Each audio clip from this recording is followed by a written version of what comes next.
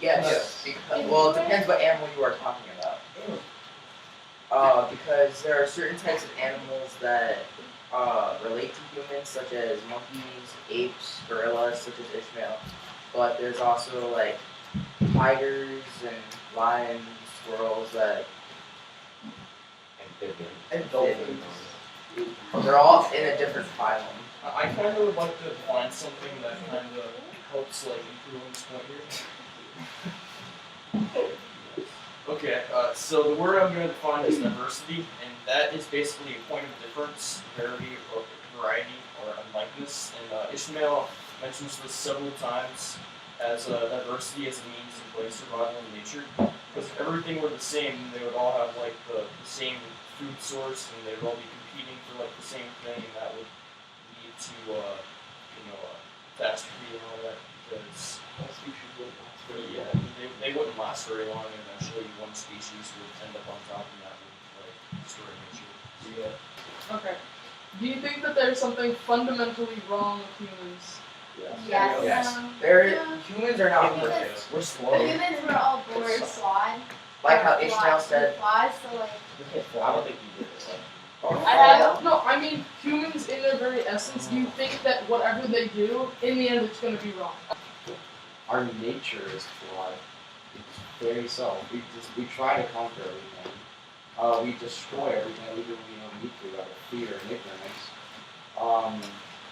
And stuff like that. We think we control everything. We think everything revolves around us.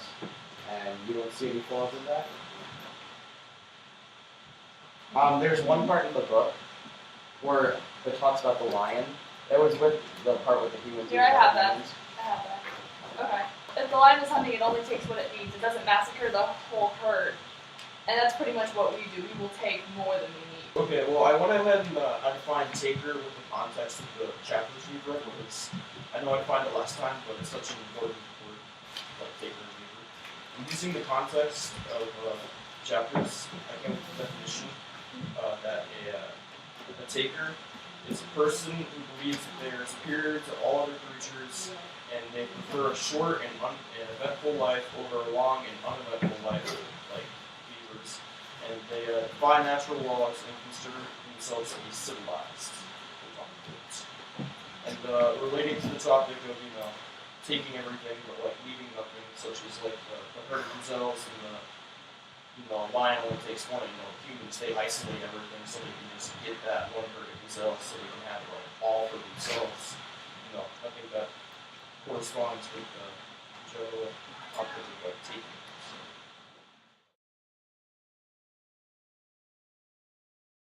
I don't think that humans in ourselves are flawed, but I think the way we're going about getting to our goal is flawed. We're trying to conquer the entire universe because we think it's our goal to take destiny into our own hands, so we can have whatever we want, we can do whatever we want, we can live in paradise. And we're going about it the wrong way. We're destroying everything that we're trying to conquer. Well, I think one of the main problems with us is we don't see consequences in what we're doing at all. I mean, yeah. But I mean, look at like those. Oil spill was so small, people like overrate that. The oil spill was so tiny. My uncle owns a shop on the beach in South Alabama where the oil spill supposedly happened. He said that like every few days a little bit of oil would come up and all the people would run up to that little spot of oil and say, the oil spill is destroying the beaches in southern Alabama. Look at all this oil. And then like they'd clean it up and then like it'd come another like 4 weeks later there'd be like a little bit of oil come up on the beach. And then they'd save like 1 or 2 birds and then they'd flip out about it. It wasn't big. It was very small oil spill. People flipped out, it was small.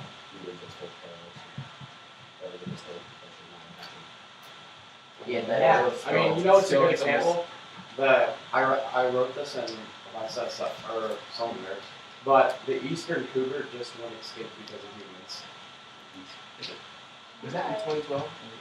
Recently. Why? I saw that. Yeah, because of us, but no one paid attention to that.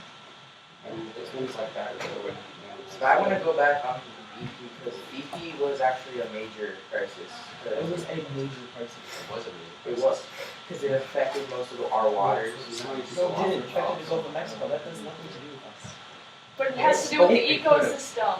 Yeah, that's the problem. Yeah, Because that's our an idea is ecosystem of, just like, about 20 us. feet. It The was problem is that Oh, we so think what do you think? that it's all about us. It doesn't matter what That space ideology we is do. what's ruining things. It was only this small area. It doesn't matter. It's not affecting us. So as long as it's not affecting us, we can go around doing the same thing. And that's the core We don't ideology. have like a set law about like how we should do things. We just kind of do it like Well, and then that's the important part, because in that same part with the D's and C's meet, it talked about how the takers can't comprehend a society that looks like them. Because even though we find something something disgusting that they find normal, they live perfectly and never had one execution, but we couldn't understand that because we're always at the order and not that. at We're also like really close-minded at times. Like we're not Yeah. open to like other opinions or ideas.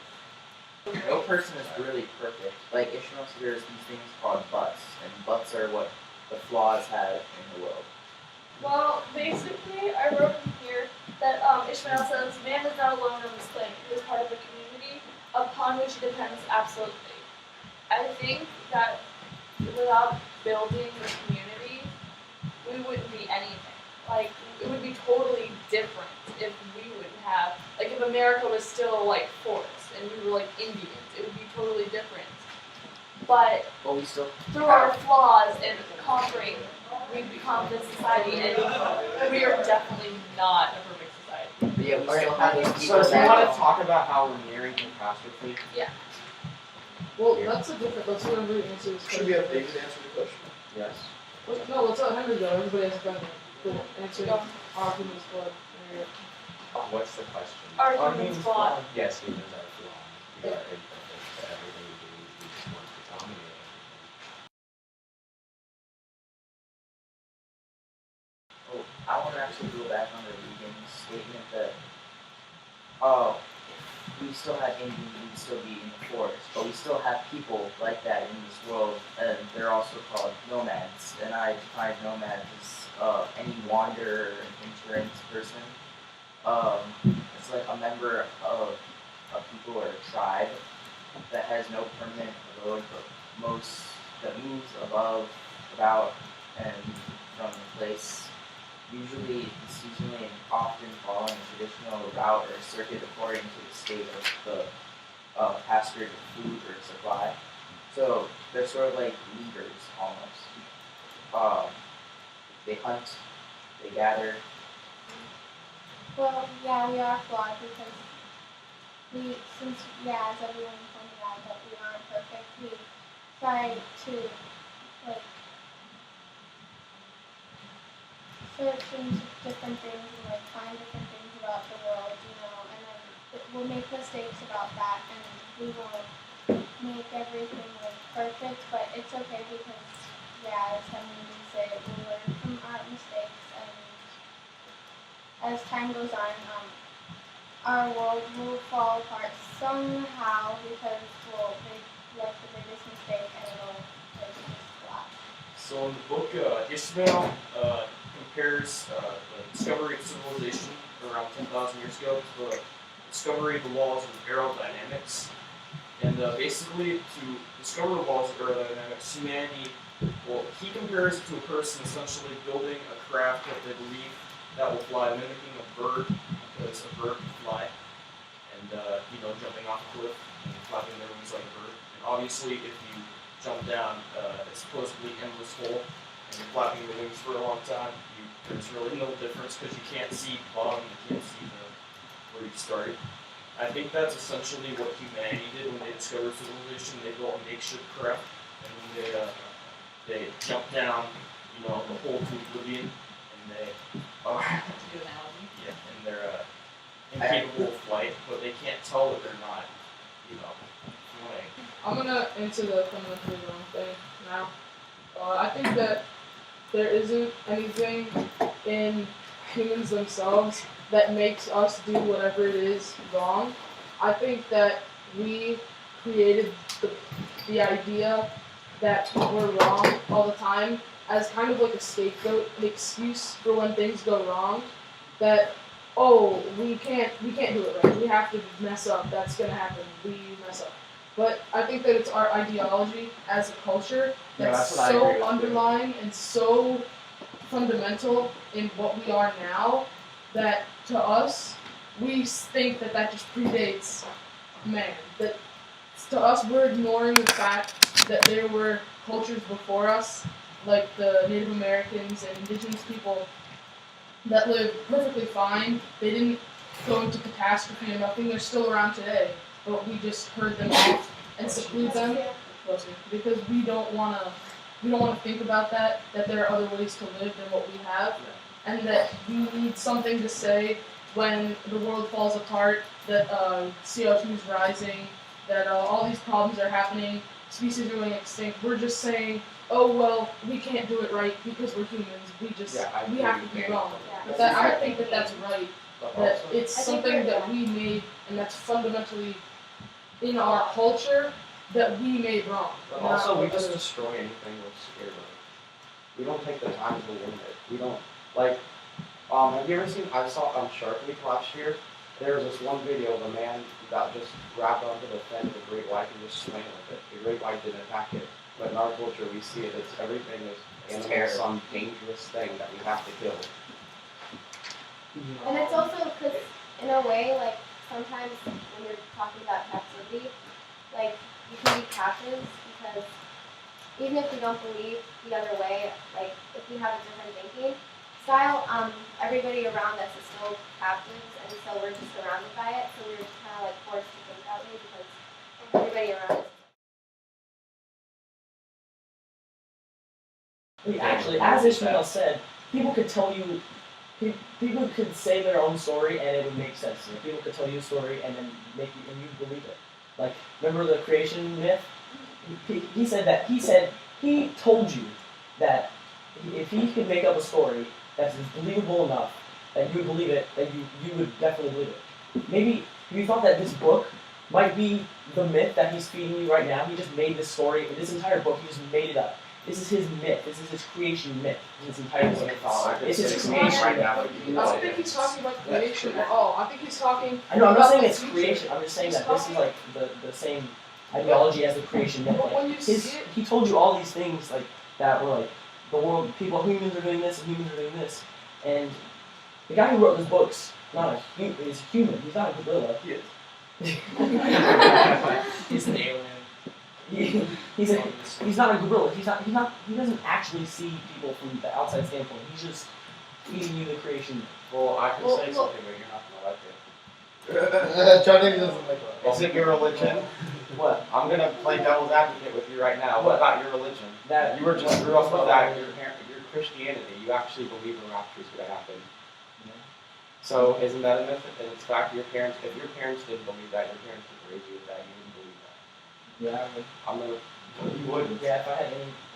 What if you were So you got it from a book, an and you indigenous people and you had never encountered that education? You wouldn't believe You that. wouldn't believe it because you have So to what be you're surrounded saying by is extremely it. ignorant. But you have to grow up with it. just because it's not what you were taught and it's not what you believe, doesn't mean that it doesn't exist and it's not there. That's kind of like what our culture is, and that's the problem. That if we don't agree with it, we're just gonna cover our eyes, turn the other way, and say it's not there because I can't see it. It's still there for us, and the idea is that you have to face your problems, and we as a culture have to accept that we're wrong. We're not right.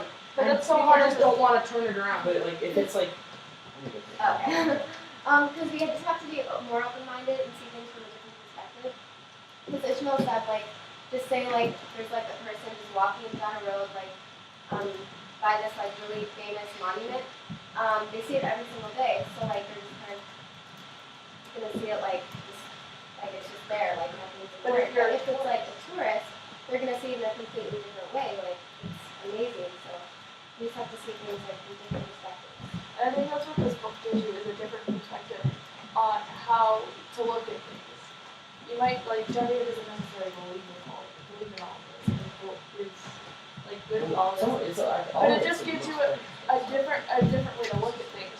Is maybe we are wrong, maybe we are doing things wrong. It just gives you something to Yeah, you think have to about. consider it. Yeah, you really have to think when you read this book. You have to. I did warn you that if you would love it or you'd hate it. Yeah, it's either you Depending on how you agree with it or you disagree with it after you pondered it.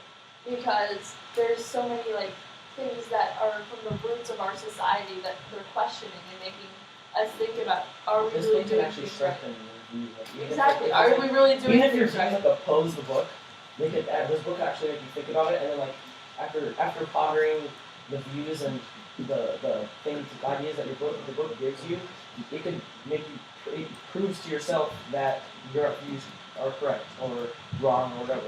Like it could honestly strengthen like. Did you what grow think from about. it? Yes. Yeah. Yes, definitely. because Raise your hand if you agree with this book and you like it. Raise your hand. Okay, wait, Agree. that's a What different part thing. of it? I don't agree with it, but I like it. Yeah, I don't agree with it either, But I liked it. What don't you you agree? can like the I way just it don't came I out. don't Like, agree. right? Oh, with some things I What don't don't agree you with. Like What points do you not agree on? Alright, Okay, let's let's say not I agree don't with it. agree with it. I don't agree with it. What don't you agree with? Yeah. Well, you don't What do you agree. think You the don't think that humans are wrong? I think that the words right and wrong are extremely biased in their usage. There really is no way of of knowing that we're right or wrong, because there's been no other civilization or structure like us in history. I want to go on what JJ said. We were scared. We were talking about the Aztec Empire. We were scared of them. They were doing no harm to us, and because the Spaniards came, all scared of them. We burned down everything, burned down all the information.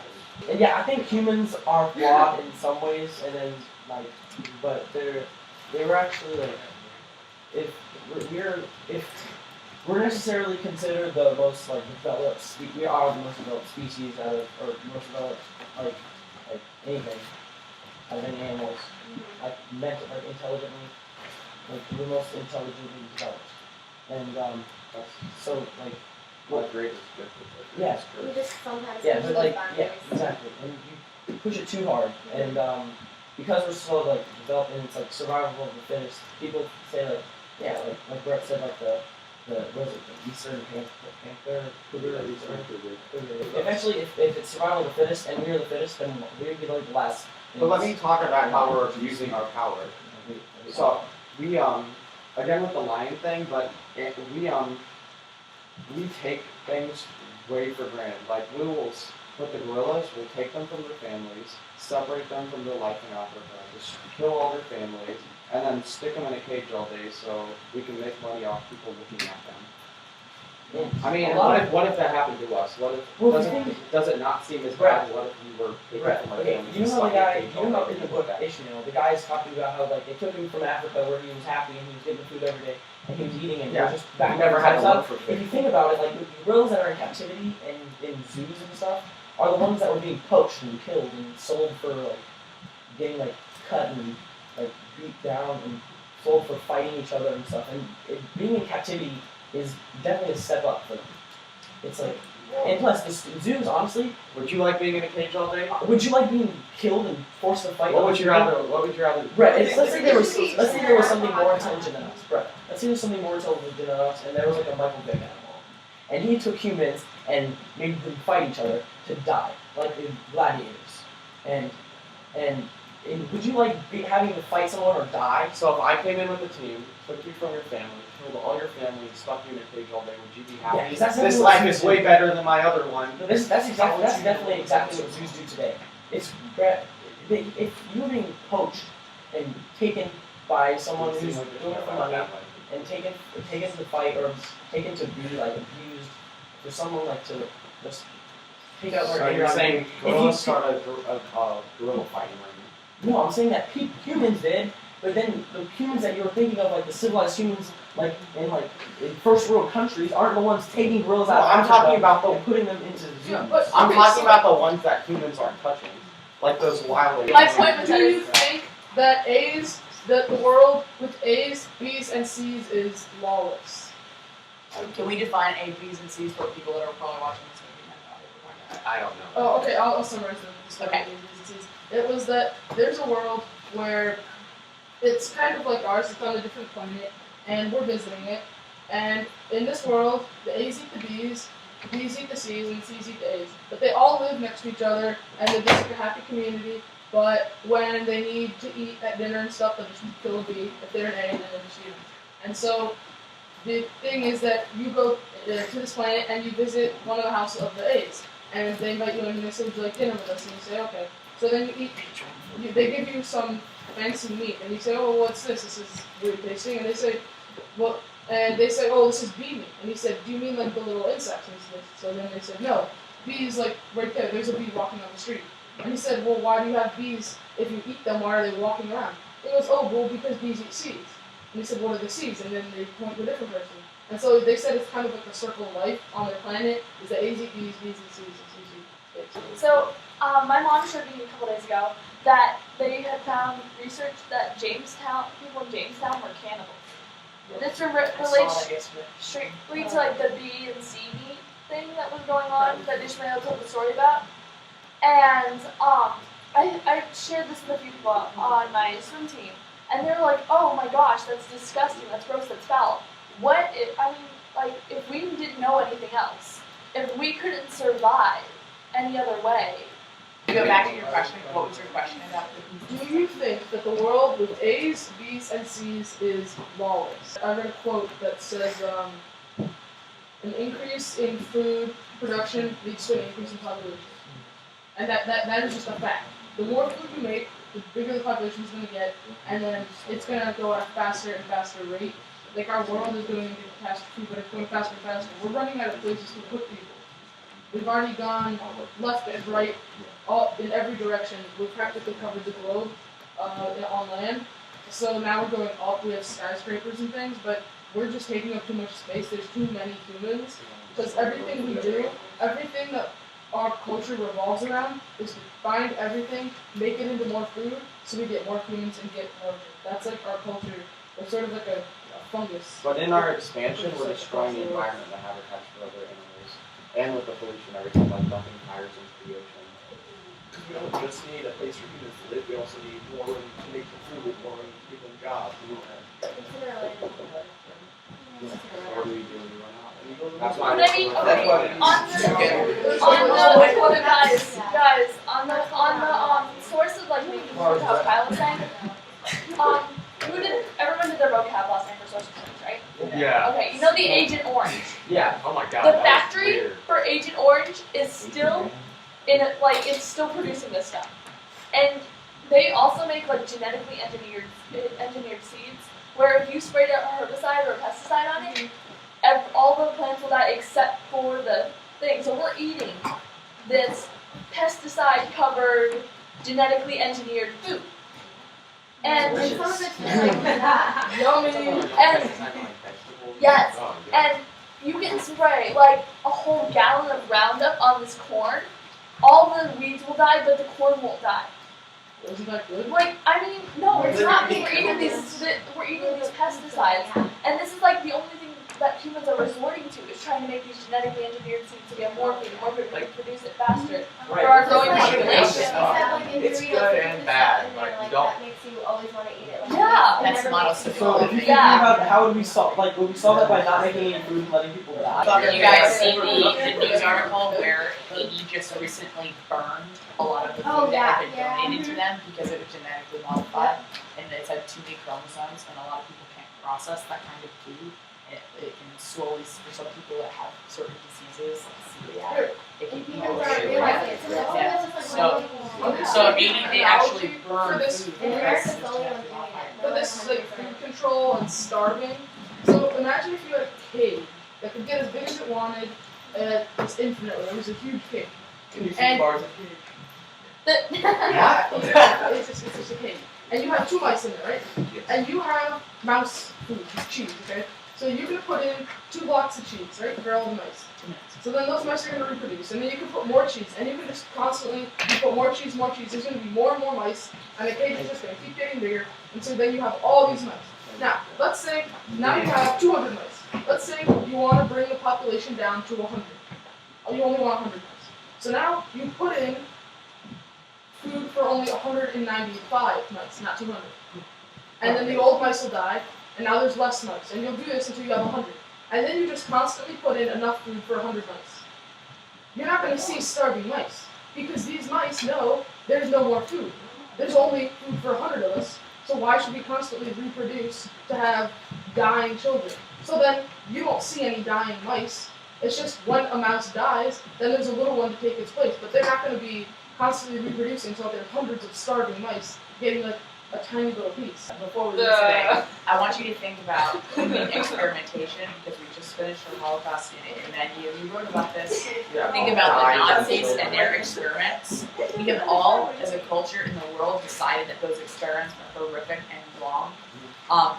At what point is there some kind of ethical meter where we decide whether or not an experiment is ethically When we're wrong? causing suffering for another person. Okay. And if it's against the other person's will. We can only have monster human, right? You don't want to make an animal. Dana, do you want to talk about with psychology? There are animal experiments. We don't have a set law on how. Wait, guys. No idea what's the right way that he. Guys, Animal neglect is we want to talk about something that we did psychology. Let's pause the video for a second.